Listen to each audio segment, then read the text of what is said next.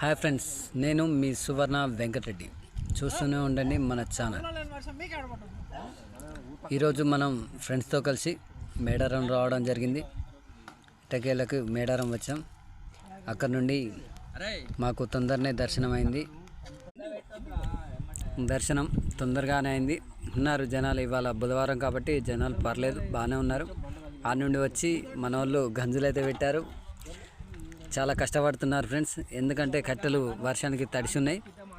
మన వాగులో కూడా జంపన్న వాగులో మోకాట్ల లోతున పారుతుంది. బాగా ఏం ఫ్లో లేదు, చాలా బాగుంది.